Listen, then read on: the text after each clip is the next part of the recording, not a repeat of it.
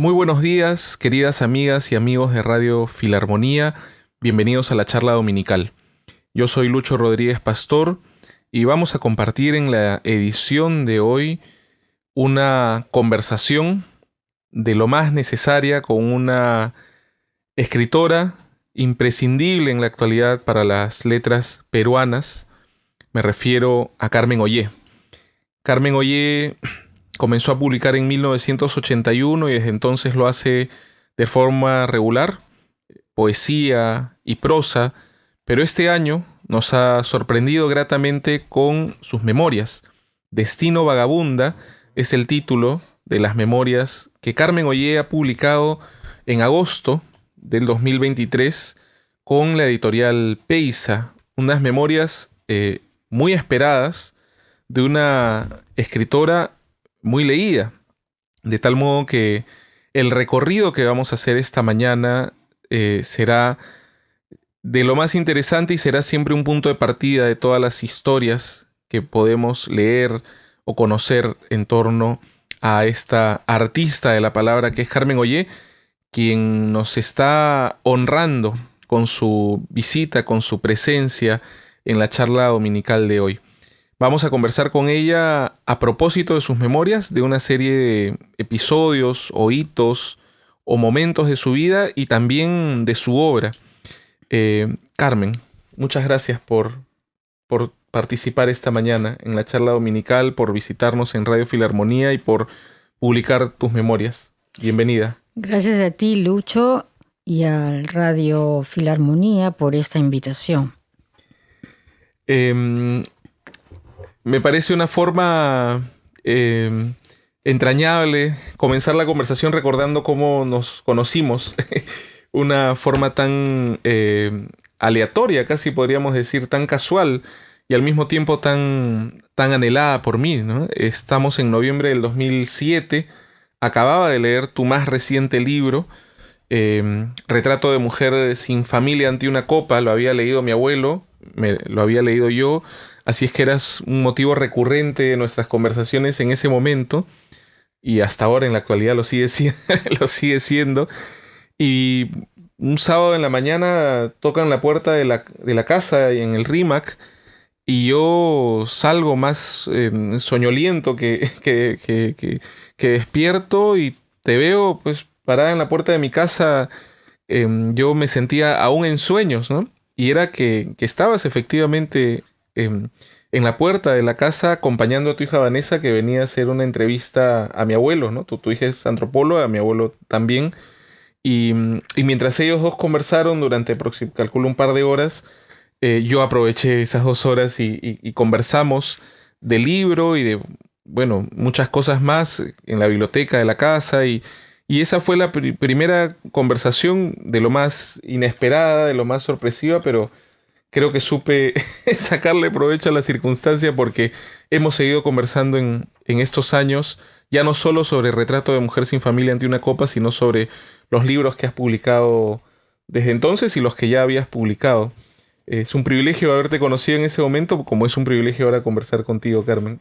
Sí, fue un momento muy interesante, además porque Retrato de mujer sin familia ante una copa es uno de mis libros preferidos, porque puse mucho esfuerzo, muchas ganas, mucha voluntad de hacerlo, y lo hacía en mis momentos libres, entre comillas, cuando dejaba de trabajar. Ya cumplía mi horario, que era 6 horas en Demus, en la ONG feminista, y luego, en vez de irme a mi casa, que quedaba lejos, prefería quedarme más tiempo trabajando ese libro, ¿no? Y es un libro donde me alegra que te guste, porque es un libro donde se reafirma y se refuerza mi interés por romper las fronteras o por quebrar la frontera de los géneros, ¿no? Sí. Y además es bonita esa fecha porque conocí a tu abuelo, te conocí a ti, pero acompañaba a mi hija que estaba embarazada de Estefano ya varios meses. Y por eso que yo la acompañé a tu casa, ¿no? Recuerdo muy bien. Estefano tiene 15 años actualmente. Estefano sí va a tener 16 este mes. Va a cumplir 16, justamente, ¿verdad? Pues en noviembre del 2007, ahora noviembre del 2023. 2023. Creo que llegaron en mototaxi. No, entonces, si fue en noviembre de 2007, y mi nieto nació el 29, estaba Vanessa bien avanzada. Faltaban 3 semanas para que nazca. Pues, claro. Estefano, y ese día me firmaste el retrato de Mujer sin familia ante una copa para Luis, a quien acabo de conocer y descubrir como un gran lector, con un abrazo de Carmen Ollé. 8 de noviembre del 2007. Bueno, gran lector porque me hablaste de otros libros, no creo que porque me refería solamente a mi libro. Bueno, hablamos de muchas cosas como lo seguimos haciendo. Este libro, Retrato de Mujer sin familia ante una copa, fue para mí el descubrimiento de tu trabajo y el descubrimiento, como bien dices, de una propuesta híbrida, sin fronteras, ¿no? Sí, que ya empezaba en todo orgullo. No, en por qué hacen tanto ruido. Claro. Porque hacen tanto ruido. Si bien hay un acontecimiento narrativo, que es una mujer que va a la farmacia y es todo el camino hacia esa farmacia para buscar medicinas para su marido, es un libro que tiene una naturaleza más poética, ¿no? Sí. Las fronteras no solo se disuelven en cuanto a los géneros, ¿no?, sino en cuanto a la habitual frontera entre realidad y ficción, ¿no? Hay un momento en esa primera conversación que tuvimos en el que yo rescataba o recordaba algunos episodios dentro y fuera del Perú, ¿no?, de este libro, y en un momento yo te pregunté si es que eso había ocurrido y tú me dijiste, todo es cierto, ¿no? O sea, todo es real, todo ha partido de una experiencia real. Sí, es una experiencia real, entre comillas, porque muchas veces la memoria cambia, transmuta, transforma las vivencias. Y uno cree que las ha vivido y a veces las ha leído, ¿no? Y eso pasó con el proemio de uno de mis últimos libros, Halo de la Luna, cuando yo pongo ahí que creí haber visto en una película una escena, ¿no?, que la describo ahí, de una chica que está esperando que el barquero la recoja para llevarla al más allá. Y hay una meta que ella debe cumplir antes de morir. Pero busqué y pensé que era una escena en una película japonesa, y busqué por todas partes, entrevisté a mucha gente, cineastas, y nadie recordaba eso.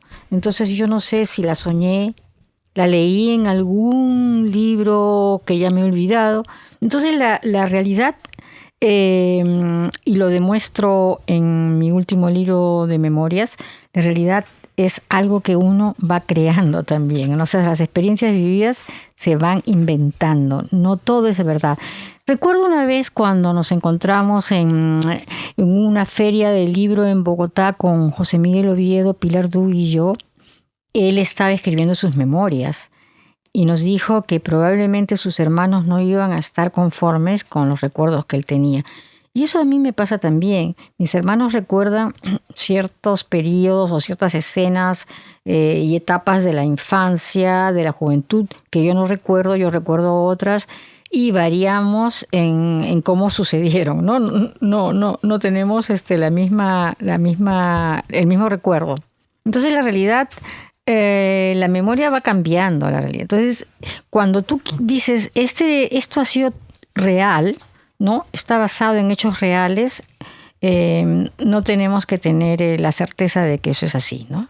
Destino Vagabunda, las memorias de Carmen Ollé, que acaban de publicarse en agosto del 2023 por la editorial Peysa, es un volumen de 360 páginas, dividido en 8 libros, si lo llamamos a la antigua, en 8 partes, ¿no?, en 8 grandes capítulos que tienen que ver con el arte de escribir memorias, con la infancia, con tu experiencia europea, ¿no?, con la experiencia peruana de los años 80 en la universidad, en un contexto de guerra, con todo un capítulo dedicado a tu vida literaria, ¿no?, a tus personajes, al ser madre, al ser abuela, etc. Ahora, las memorias comienzan discutiendo, creo yo, la naturaleza misma de las memorias, ¿no? En tanto, como ya venimos mencionando, las fronteras no son claras, ¿no? Lo primero que te preguntas es si se es fiel a la supuesta veracidad de las memorias. ¿Cómo has confrontado con esa suerte de disyuntiva a la hora de escribir tus memorias? Bueno, la pregunta clave es, ¿vas a contar todo lo que recuerdas o hay algo que te vas a guardar para ti?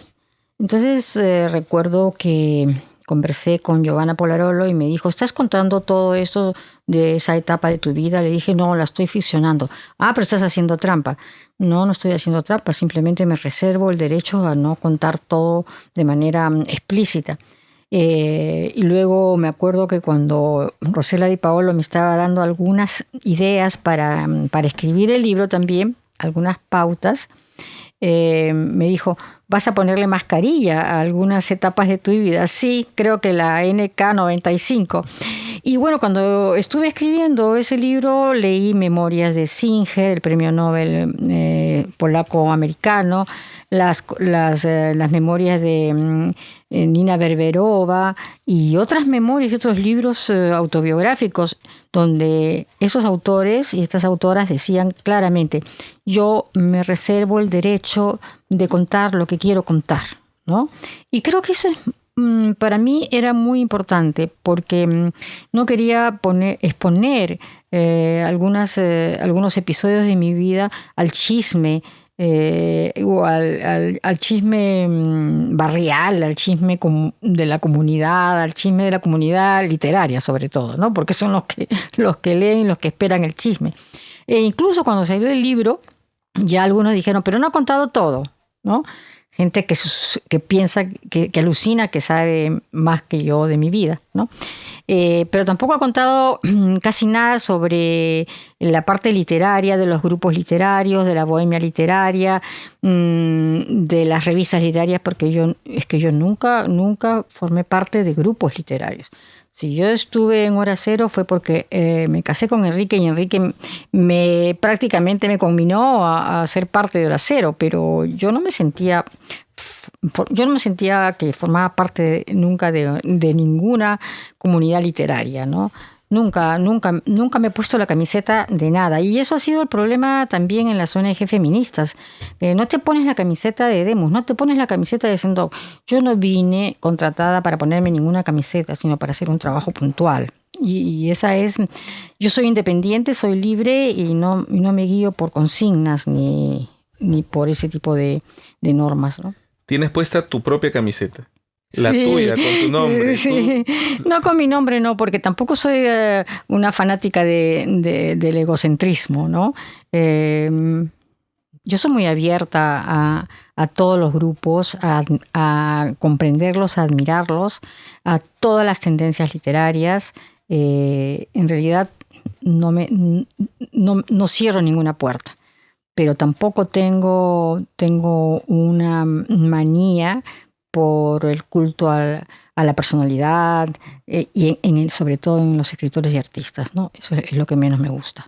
Recuerdo que creo que de Eurípides, la cultura de la admiración por la personalidad del artista no existía la obra, ¿no? Así como es imposible leerlo todo, es imposible contarlo todo. Creo que ambas premisas, en tanto nos imponen una imposibilidad, nos obliga al mismo tiempo a seleccionar qué vamos a leer, lo que nos también invita a establecer prioridades y panoramas de lo que queremos leer, porque sabemos que no podemos leerlo todo. A la hora de escribir es lo mismo, es imposible escribir todo lo que uno quisiera en unas memorias. Recuerdo el poema de Borges que destaca esta paradoja, ¿no? En el cual un grupo de cartógrafos hizo el mapa, ¿no? Del tamaño de la ciudad, creando una imagen inviable, ¿no? En cuanto a la reproducción exactamente fiel, cuantitativamente hablando, de un mapa o de una memoria en este caso. Uh-huh. ¿Estableciste un mapa de temas? ¿Estos fueron fluyendo conforme escribías? Al principio pensé cómo empiezo, ¿no? Y le conté esto al editor, Germán, y a Rosela Di Paolo. Los dos me dieron algunas ideas, algunas pautas, algunos temas. Por ejemplo, me acuerdo mucho que Rosela hizo mucho hincapié en la infancia, los juguetes, el ambiente de la infancia. Y eso me interesa mucho porque yo nunca le di importancia a esa etapa y fue muy, muy trascendente en mi vida, ¿no? Nosotros éramos 5 hermanos. Y sí, los juguetes también eran de alguna manera radicales en mi vida. A mí nunca me gustaron las muñecas ni las tacitas de té, ¿no? Siempre admiré los juegos de los chicos de la calle que yo no podía, ¿no? Como el trompo, las canicas, que eran las bolitas, las cometas, las cometas, más que los juegos dirigidos a las niñas, ¿no? Y bueno, y después ya conforme iba escribiendo, yo no recordaba muchas cosas, pero una palabra, una frase me llevaba hacia un determinado recuerdo. Entonces, todo se fue gestando a través de asociaciones libres, porque esa es la manera como yo escribo y también como dicto mis clases, y por eso a veces mis clases han sido muy desordenadas, ¿no? Porque, como le dije a un amigo o una amiga o a mi mismo editor, creo que yo escribo en eses, ¿no? Voy por un lado, por otro. Y eso se nota en mi primer libro, ¿no? Ese cambio de registro no es a propósito, es la manera como yo funciono, como cognitivamente, ¿no? O sea que esa asociación libre de la que hablas, que fue casi tu punto de partida cuando eras niña, según cuentas, Sí. ha sido tu patrón creativo Mi aún patrón hasta creativo, ahora. sí, aún ahora, ¿no? Porque cuando yo releo el último libro, si quieres, Las Memorias, y digo, ¿y yo he escrito esto? ¿En qué momento? Es en el momento en que escribía que me venía esas ideas, esas asociaciones. Una palabra traía a la otra, una frase traía a la otra, un tema traía a la otra. Es ese furor, no es un furor en que yo esté exaltada como si hubiera tomado una droga o una copa de vino. Es digamos, el trabajo interior, ¿no? El trabajo, el impulso de la escritura. La idea de escribir las memorias fueron iniciativa tuya, ha sido conminada por tus amistades, por tu editor. ¿Cómo nace la idea? Fue a raíz de una entrevista en una feria del centro, una entrevista que me hizo Sandro Chiri, donde estaba Germán Coronado y otros amigos y otras personas, un auditorio pequeño, ¿no? No había mucha gente en esa sala. Y Sandro me hizo una larga entrevista y en ella me dediqué a hablar mucho de mi familia, sobre todo de mi mamá, ¿no? Mi mamá era un personaje. Y cuando terminó la entrevista, porque yo me despaché con ese tema, Germán me dijo, pero qué interesante el personaje de tu mamá, qué interesante todo lo que dices. Tienes que hacer tus memorias. Y mis memorias, le dije, nunca, yo no llevo ni un diario siquiera, ¿no? Bueno, ahí hicimos un contrato y me dediqué a hacer las memorias en todo el tiempo de la pandemia. Mi madre nació en Huacho en 1926 y murió en Lima en el 2004. Ella solo se ocupaba de las tareas domésticas. ¿Recuerdas en la página 44? Sí, pero las tareas domésticas no le gustaban nada. Se ocupaba de las tareas domésticas los días en que tenía que hacerlo y le molestaba mucho, porque a ella lo que le encantaba era subirse al carro de mi padre y prender su cigarrillo, poner su música de balada y manejar de una manera loca. No por la velocidad, sino que podía irse de Lima a Ancón y de Ancón hasta Cañete, ¿no? Y, sí. Tu padre era bastante mayor que tu madre. 20 años, sí. De 1906. Sí. ¿Lo recuerdas también en tus memorias, así como a tu familia, tus hermanos? Sí, esa parte me ha gustado mucho también, aunque fue la parte que más loqueó a mis presentadoras, ¿no? Toda la historia de los Acevedo y los Ollera. ¿Por qué? Porque los Estéfano. En plena pandemia, en plena cuarentena, empecé a escribirme con una prima hermana, Marcela, hija de una hermana de madre de mi padre, y yo no tenía ningún recuerdo, ningún acercamiento a mi abuela paterna, que era la abuela de ella. Y ella me empezó a hablar, a escribir sobre mi abuela paterna, Rogelia de Stefano, y cambió la imagen que yo tenía de ella, porque yo tenía una imagen más bien negativa, ¿no? Una imagen como que era una señora gorda, distante, fría, que nunca hubo un acercamiento entre ella y nosotros. Pero cuando me empezó a contar por carta de cómo era mi abuela Rogelia, vi, no es que haya nacido un amor, ¿no? Porque ya eso es muy difícil, pero vi que era una mujer diferente a la que yo me había imaginado y sentí una nueva manera, sentí un respeto hacia ella, ¿no? Nuestra abuela Rogelia era hija de Francisco Domenico de Stefano Cosato, hijo de Miguel de Stefano y Rosa Cosato de Stefano, naturales de Nápoles. Francisco se casó con Elisea Palomino Morón, hija de Sergio Palomino, natural de Huánuco, y María Morón de Ica. Elisea Francisco, comerciante de Ica, tuvieron 7 hijos: Felipe, Antonio, Fortunato, Celia, Rosa, Rogelia y María. Nuestra abuela Rogelia se casó con tu abuelo Ollé. No recuerdo otras memorias, Carmen, en la que las citas sean de mensajes de Facebook, ¿no?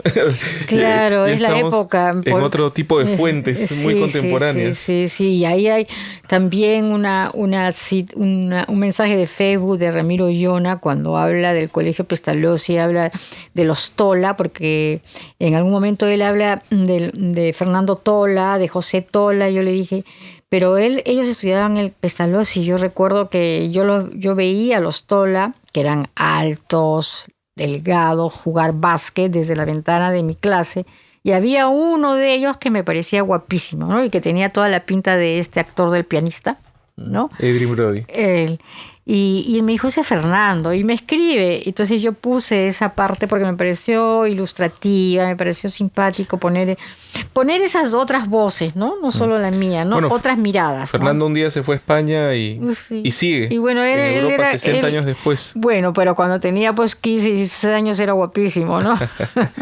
Tú eres descendiente de italianos, como lo hemos leído, pero también de españoles por parte de padre. Sí, bueno, por parte de padre de catalanes y por parte de la abuela, que ahí hay una mezcolanza de todo, ¿no? Porque los Palominos no eran de Huánuco y los Coseto, no sé cuánto de Stefano eran de Nápoles y no sé qué.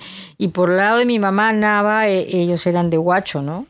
Y de familias abundantes, ¿no? Con muchos hijos. Bueno, en esa época sí, en esa época se tenía. Yo recuerdo que en la familia Nava había muchísimos familiares, muchos personajes que incluso llegaban a la casa. Me acuerdo mucho de una tía que llegaba a la casa con una requetefila de hijos y en una pobreza tremenda. Y recuerdo que mi mamá le daba ropa, la ayudaba mucho económicamente, ¿no?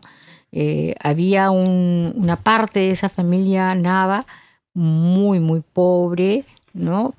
Y recuerdo ese pasaje mucho cuando la veía llegar a mi tía Felicita con sus 7 hijos detrás, ella siempre de negro porque era viuda, ¿no?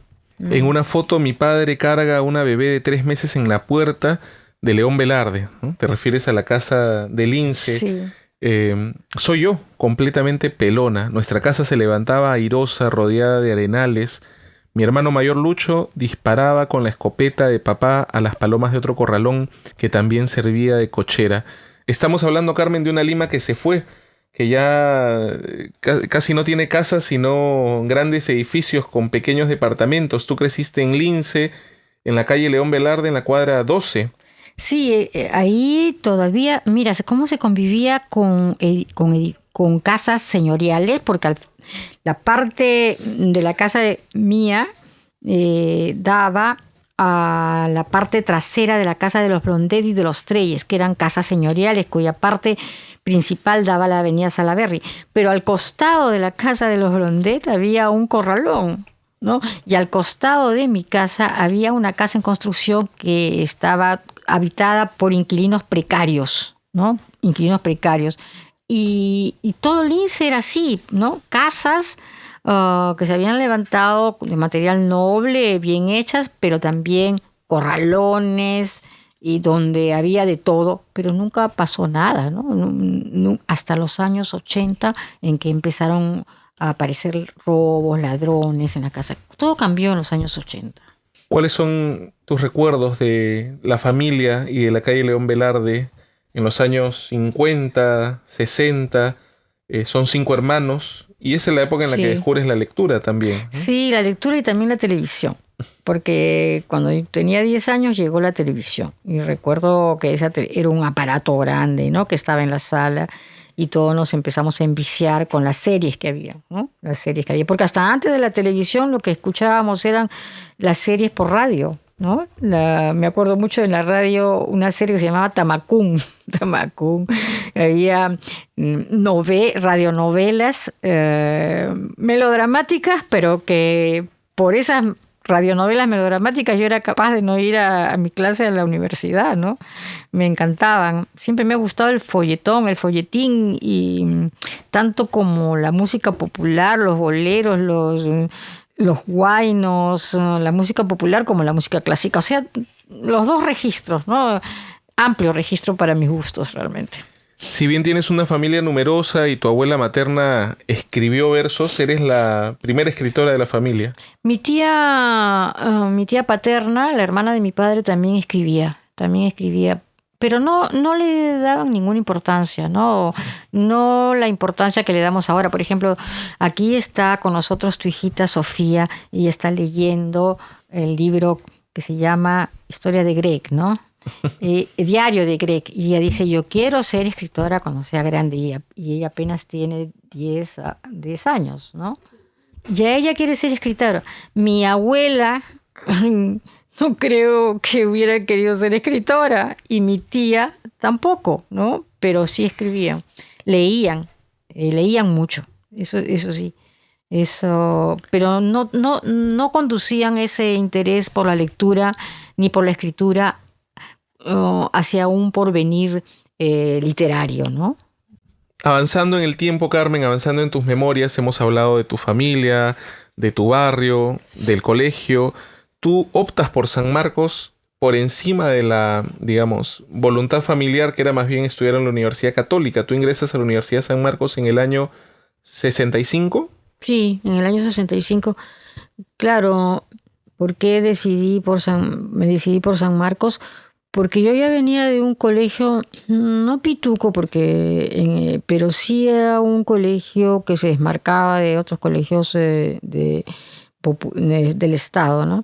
Y el Pestalozzi. Y como que ya me había cansado de ese ambiente selecto, si quieres, entre comillas, y quería conocer otro mundo, otro tipo de personas, ¿no? ¿Y qué mundo y qué personas conociste en el San Marcos de mediados de la década del 60? Ahí conocí a grupos literarios como el que conformaba Oscar Málaga, Elqui Burgos, José Rosas Ribeiro, Tulio Mora, con los que ellos sacaban una revistita literaria que eran a mimeógrafo en esa época, ¿no? Y yo quería publicar, creo que les entregué unos poemas, pero nunca llegaron a salir. Conocí también en la Facultad de Educación a un grupo de amigas donde estaba Esther Castañeda, que fue prácticamente una compañera de ruta, porque con ella leíamos mucho, íbamos a la biblioteca, nos formamos literariamente juntas, creo, y en todo sentido fue una especie de cómplice. Fue Esther Castañeda la más importante, pero también los profesores. Me acuerdo mucho de Francisco Bendezú. Sus clases sobre la poesía latinoamericana y contemporánea, que se dictaba a las 7 de la mañana, no sé cómo llegábamos a esa hora, pero Lima era más tranquila, ¿no?, que ahora. Y en esas clases él nos dio a conocer la poesía simbolista francesa, Me encantaban esas clases también. Me gustaban las clases de metafísica con el profesor Alarco, porque él tenía una fama de haber estudiado en Alemania con filósofos alemanes y eso le daba mucho caché a la recién inaugurada ciudad universitaria, ¿no?, de San Marcos, que estaba flamante realmente. Aunque a mí me hubiera gustado estudiar en la Casona, porque me encantaba su arquitectura, sus árboles, su sombra, pero en la ciudad universitaria yo me sentía que estaba en una universidad europea, pues, ¿no? Los profesores como el profesor Russo, ¿no?, de filosofía, el otro profesor de lógica, todos esos profesores, mira, creo que fueron los que más me marcaron, mucho más que los profesores de literatura, que no me acuerdo mucho realmente. ¿Trataste en esa época a María Emilia Cornejo? No conocí a María Emilia Cornejo, que entró mucho después que yo, me parece. Quien la conoció fue Esther. Yo ya me había separado de la universidad. En el 67 me fui a Alemania y cuando regresé me fui a trabajar en el duty free del aeropuerto y no regresé sino hasta el 73. Y ya María Emilia se había suicidado. Del 73 al 75 terminé la carrera. ¿Y en el 75 conoces una persona particularmente especial en tu vida? Claro, conocí a varios, ¿no? Y entre ellos a Enrique Verástegui, porque leí primero su libro, Los extramuros del mundo, y me pareció interesante. Conocí primero a otro poeta también muy importante, que es Vladimir Herrera, que estuvo mucho tiempo viviendo en Europa, en España, y ahora vive en Cusco. Autor de Mate de Cedrón. A él lo conocí de casualidad cuando yo iba a buscar una información sobre una beca a Rumanía, porque siempre tuve el deseo de salir de Lima y del Perú. Y hablamos de poesía, le hablé de Enrique Verástegui, de Los extramuros del mundo, y él me dijo, te llevo a una fiesta. Primero salí con Vladimir, ¿no? Él fue mi pareja primero. Y me llevó a esa fiesta donde conocí a Enrique, y ya la poesía de Enrique y el mismo Enrique me habían cautivado, ¿no? Enrique ya conformaba una agrupación a la que tú ingresaste casi conminada, como nos has dicho, pero de la cual finalmente fuiste parte, que es el grupo Hora Cero. Pero Enrique formó parte de Hora Cero cuando Hora Cero realmente era un movimiento colectivo, ¿no? Un movimiento importante donde se integraron muchísimos jóvenes que venían de otras provincias y que no eran limeños, y ellos vivían en comunidades, en ciertas casonas antiguas de Santa Beatriz, donde... Torres Paz 958. Sí. Preparaban ahí ollas comunes y según Enrique iban también chicas, ¿no? Y se armaban las grandes juergas. Y los recitales eran colectivos y caminaban en patota. Yo no estuve en esa etapa. Yo estuve en la etapa cuando ya me fui con Enrique a Europa y prácticamente empecé a firmar los manifiestos y las cartas que no debí firmar, la verdad, porque entre esos manifiestos y esas cartas había una contra Ribeiro por haber recibido un homenaje de Alan García del gobierno aprista, creo. Esto ya es bastante tiempo después, sí, en el 87. Claro, ¿no? La medalla del Sol de Oro o algo. Y entonces ellos hicieron una carta en contra y me hicieron firmar y me acuerdo que Ribeiro sí pone en sus memorias, escribe, y ellos me atacaron e incluso la mujer de Verástegui también firmó. Claro, y ahí cayó. Me da risa cuando leo eso porque dije, yo firmé porque sí, pues quería complacer a Enrique, no tenía mucha conciencia de lo que estaba haciendo. Ahora, tú estás citando un episodio ya de muchos años después a este periodo germinal, digamos, con Enrique a mediados de los años 70, viaja en Europa donde pasas los siguientes 4 o 5 años, ¿no? 3 años y medio en Europa, primero en España, en Barcelona, luego Menorca, el puerto de Mahón, y luego fuimos a París, ¿no? Sí, y nos regresamos a Lima en el 80, cuando ya estalla el conflicto armado entre Sendero y el Estado, ¿no? A Europa viajas embarazada, ¿cierto? No, ya viajo con Vanessa de 6 meses. Porque, sí, pues de 6 meses, porque Vanessa nació en febrero del 76 y nos fuimos en septiembre de 76 a Europa. Esos meses de embarazo son, según tus recuerdos, el periodo más Más dichoso. más dichoso. Sí, fue muy lindo porque Enrique me trataba como una reina, me cuidaba mucho y además todos mis caprichos, ¿no? Me cumplía todos mis caprichos y si eso nos provocaba comer helados, cualquier cosa, nos íbamos al Pastificio Ligure y comíamos cualquier cantidad de dulces, de helados dulces. Sí, fue muy, muy agradable toda esa etapa de la maternidad, de la espera, ¿no? ¿Cuáles son tus recuerdos europeos, tus amistades, episodios memorables de aquel periodo de París de los años 70, de Barcelona? Bueno, todo eso lo he contado en Una muchacha bajo su paraguas. Y ese era el problema de escribir las memorias. Decía, ¿qué parte qué parte me voy a repetir? ¿No? Porque yo he contado toda la etapa de París en Una muchacha bajo su paraguas. El grupo de los autoexiliados peruanos, los autoexiliados latinoamericanos y también los migrantes africanos, los migrantes de Centroamérica. Todos esos personajes vivíamos casi como en comunidad en las guardias de París, ¿no? Y los peruanos nos íbamos siempre de paseo o nos íbamos al parque, al Bois de Boulogne, ¿no? Al bosque de Bolonia a jugar fútbol, hombres contra mujeres. Fue muy, muy alegre la primera etapa, ¿no? La primera etapa hasta que todo el mundo empezó ya a dispersarse, ¿no? Y cuando ya empezaron a dispersarse ya nos regresamos también. ¿Conociste a Roberto Bolaño en Barcelona? A Roberto Bolaño y Bruno Montané, ellos acababan de llegar de México. No, Roberto había salido corriendo, ¿no? de la dictadura de Pinochet. Se fue estuvo incluso preso y llegó a México, estuvo en México y de ahí se fue a Barcelona. No sé cómo dio con nosotros, admiraba a Enrique y llegó a Barcelona a visitarnos y era un huésped continuamente en la casa donde se quedaba a almorzar, a comer, le prestábamos libros, tuvimos una amistad muy, muy intensa, los tres, Enrique, él y yo. Él era muy cariñoso con Vanessa, me acuerdo mucho del tono de su voz, muy alegre. Lo conocí como poeta, no, yo no lo conocía como narrador. Fue mi gran sorpresa cuando ganó ese premio, ¿no?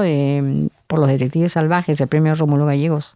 Ya esto es 20 años después de esta amistad en el año 98. ¿Mantuvieron la amistad? No, porque yo cuando regresé yo me desvinculé de todos los amigos de Europa, de París. Regresan a Lima en el año 80, como nos cuentas, aún inédita. Sí, yo ya le había mandado el libro a Luis Fernando Vidal desde París. A Luis Fernando Vidal le gustó y en el 80 le mandé el libro. Todavía se lo mandé desde París, en enero me parece, y el libro sale en noviembre del 81. ¿Cuál fue el impacto de tu primer libro? Noches de Adrenalina, es un libro de poesía revolucionaria, podríamos decir. Fue un impacto que yo no me imaginé que iba a ser tan intenso, ¿no? Sorprendente. Se fueron por el lado más superficial, que era la parte del cuerpo, ¿no? No creo que recién en esta época, al leer el prólogo que ha escrito Anaí Barrio Nuevo para la última edición de Noches de Adrenalina, me doy cuenta que hay otra mirada, hay una mirada mucho más reflexiva, menos condicionada por la parte superficial, ¿no? La parte del falso erotismo de la primera parte y sí del buen erotismo de la última parte, ¿no? Noches de Adrenalina es tu primer libro, publicado en el año 81. Es el primero de aproximadamente 12 libros que has publicado hasta la actualidad. ¿Podríamos hacer un rápido recuento para quienes quieran comenzar a hacer tu obra, aquí hemos traído, creo que todos. Sí. Comenzamos con Noche de Adrenalina del año 81. Sí. Sigue Todo Orgullo Humea la Noche, que es una mezcla de poesía y prosa. Continúa ¿Por qué hacen tanto ruido? Ahora, pero la secuencia de las publicaciones no tiene nada que ver con la escritura de los mismos, ¿no? Porque Una muchacha bajo su paraguas es incluso anterior a ¿Por qué hacen tanto ruido? Escrito anteriormente y publicado mucho después. Una muchacha bajo su paraguas la escribí apenas llegué en el 81, en el 80. Y ¿Por qué hacen tanto ruido? Lo escribí cuando ya estaba en la Universidad de La Cantuta trabajando en el 86, 87, ¿no? Y es así como los libros van saliendo, pero no se publican de acuerdo al tiempo en que los has escrito, porque Una muchacha bajo su paraguas no encontraba editor cuando llegué y lo presentaba a los pocos editores que habían en Lima en esa época, ¿no? Cuando recién llegué en el 81. Era un país mucho más difícil incluso que el que hoy vivimos, con guerra, con un universo editorial muy precario, ¿no? Sí, pero los diarios, por ejemplo, y las revistas tenían una sección muy interesante sobre libros y sobre literatura, cosa que ya no se ve ahora. Ahora está lleno de farándula, de cosas más marqueteras, ¿no? Sí. Después de ¿Por qué hacen tanto ruido? Publicas tu primera novela. Las dos caras del deseo, sí, Las dos caras del deseo.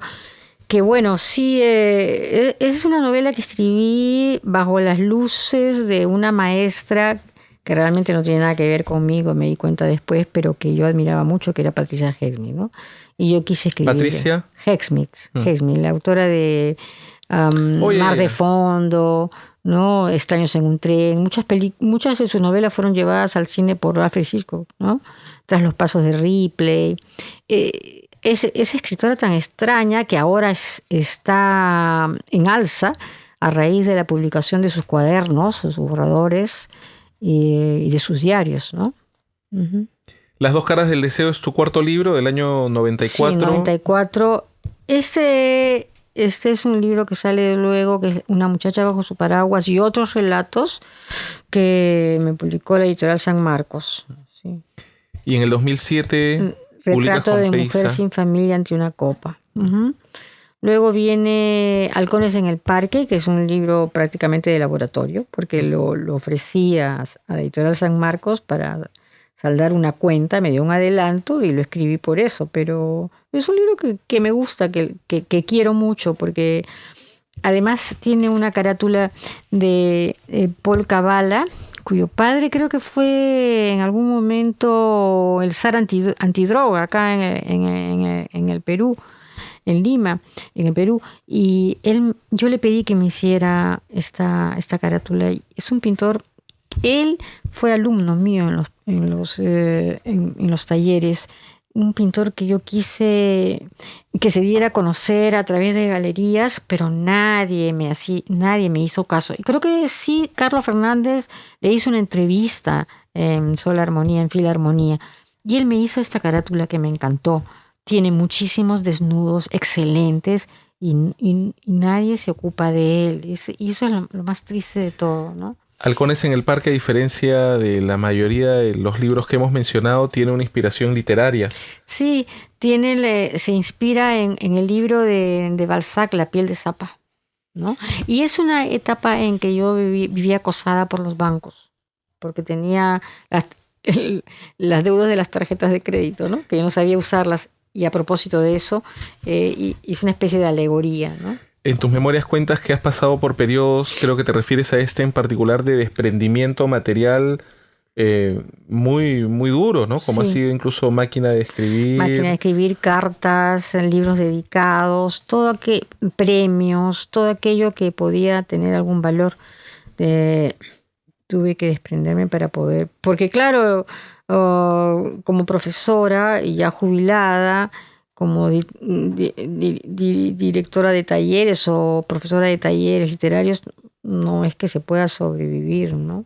Luego viene Monólogos de Lima, que es un libro que también me gusta mucho, porque es híbrido también o transgenérico, con momentos de mi vida, de mis experiencias en Barranco, en un departamento frente al Parque Raimondi. Al costado de esa calle nomás estaba Malambito, ¿no? Una calle movida, y es mi visión de los personajes marginales de esa zona, ¿no?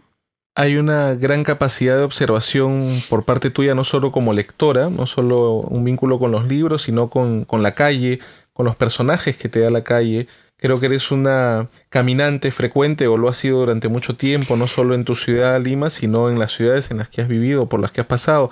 Hay toda una parte del libro, de tus memorias, en el que recorres las ciudades por las que has estado. Las escenas que yo captaba en Barranco, cuando fui a vivir a Barranco y en otras partes, pero sobre todo en esta zona de Barranco, me impactaron mucho, ¿no?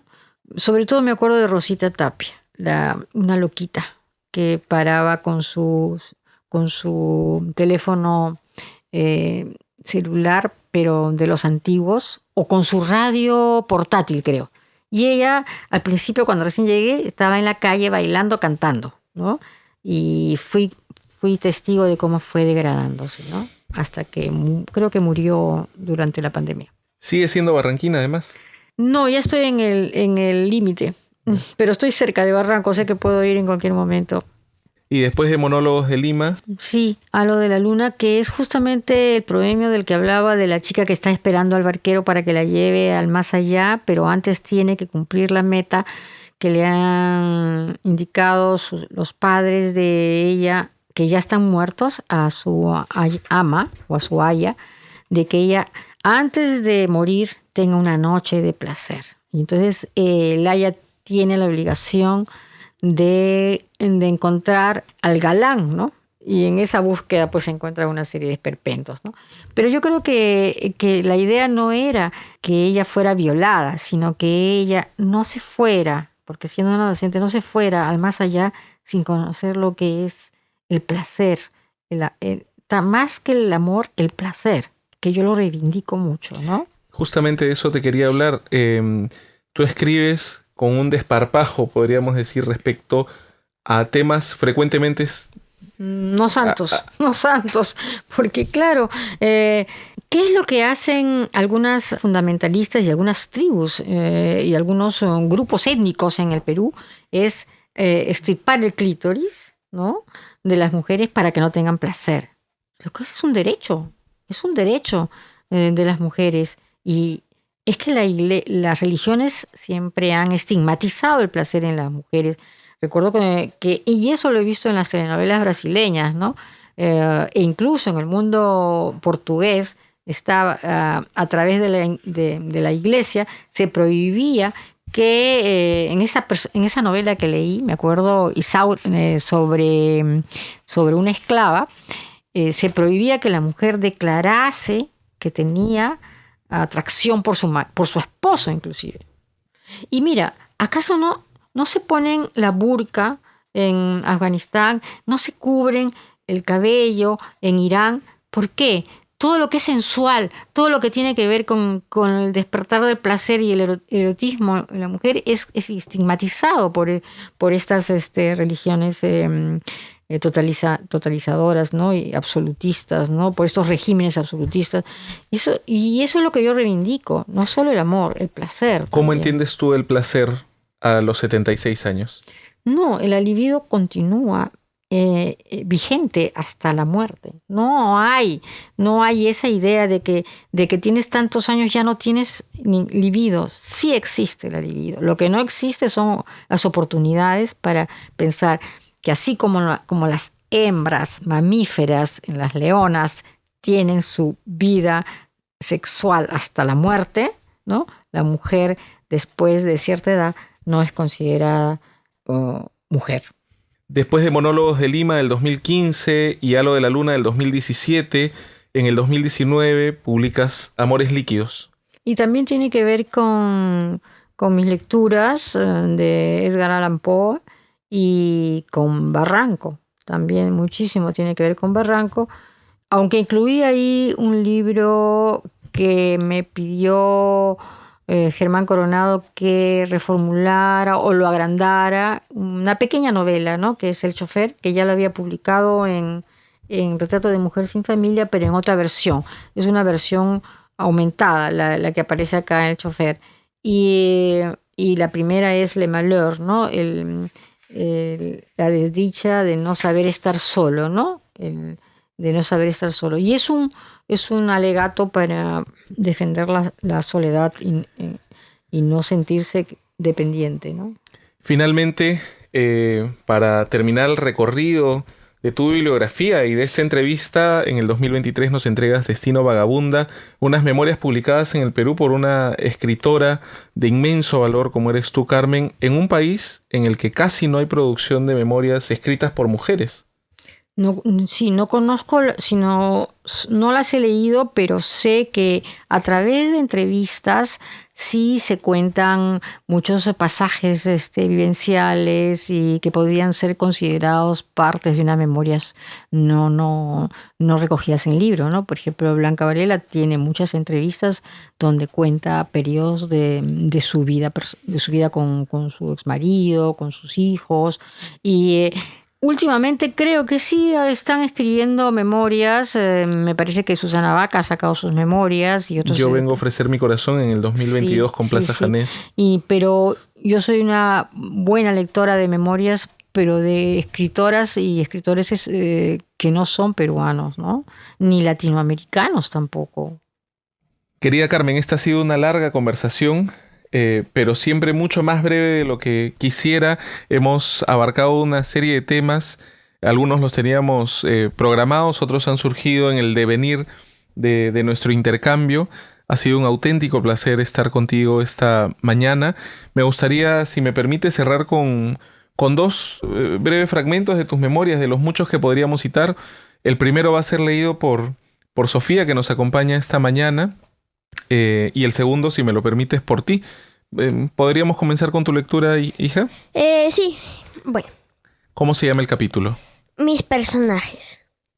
Mis personajes son seres imaginarios que pueden brotar de la ficción misma, del cine o de la vida real. En algunos casos los personajes femeninos son una especie de alter ego de mí misma.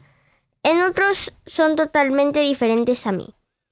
El personaje masculino en Pista Falsa, por ejemplo, el detective Joaquín Planas, es un ideal, un amigo que me gustaría tener. Un socio más que un amigo, creo. Muchas gracias. Hay un fragmento casi al inicio, Carmen, de tus memorias, llamado Epifanía o Locura. Epifanía o locura. Muchas veces puse en duda la existencia de las personas que me rodeaban. Primera señal de una manera de observar el mundo, el extrañamiento. ¿Esos seres eran reales? Era la pregunta que me hacía a los 10 años. ¿Quiénes son? ¿Por qué vivo en una casa? ¿Qué es una casa? ¿Cómo es que hay tantas? ¿Qué significa todo esto? Son las interrogantes que me planteaba a menudo. No sé si después de una pelea familiar o simplemente porque así empecé a cuestionarlo todo. Muchos años después, cuando me interesé en temas como el origen del Homo sapiens sapiens y su evolución, pude contestarme con rigor. Pero entonces ya no soportaba a quienes negaban la evolución y se mantenían fieles a la teoría creacionista. Muchas gracias, Sofía, por leernos un fragmento de las memorias de Carmen. Y muchas gracias, Carmen, a ti por acompañarnos esta mañana, por publicar estas memorias, por publicar toda tu obra. Ha sido un auténtico placer y un auténtico privilegio conversar contigo. No, gracias a ti, a Filarmonía y a Sofía, que ha leído ese fragmento con esa voz tan cálida y tan infantil a la vez, ¿no? Eso me alegra mucho. A mí me alegra que hayas publicado estas memorias, me alegra haber conversado contigo, me alegra que Sofía, futura escritora, aunque ya lo es también, ya escribe mucho, nos haya acompañado esta mañana y que este sea el punto de partida para mucha gente, para que conozca tu obra, para que te lea y para que te disfrute, porque el placer no solo es un privilegio, sino es una necesidad. Muchas gracias. Muchas gracias a todos en esta cabina, a ti, Lucho, en especial, a Sofía sobre todo, y al joven editor de sonido. A quien vamos a agradecerle efectivamente, porque ya estamos cerrando el programa de hoy. Hemos estado en los controles y en la edición nuestro compañero Luis Ríos, y en la producción y conducción su amigo Lucho Rodríguez Pastor, acompañado por la lectura de Sofía, y por supuesto agradeciendo en primer lugar a Carmen Ollé, autora de Destino Vagabunda, las memorias que acaba de publicar en agosto del 2023 con Editorial Peisa. Nos reencontramos en una próxima oportunidad en la charla dominical.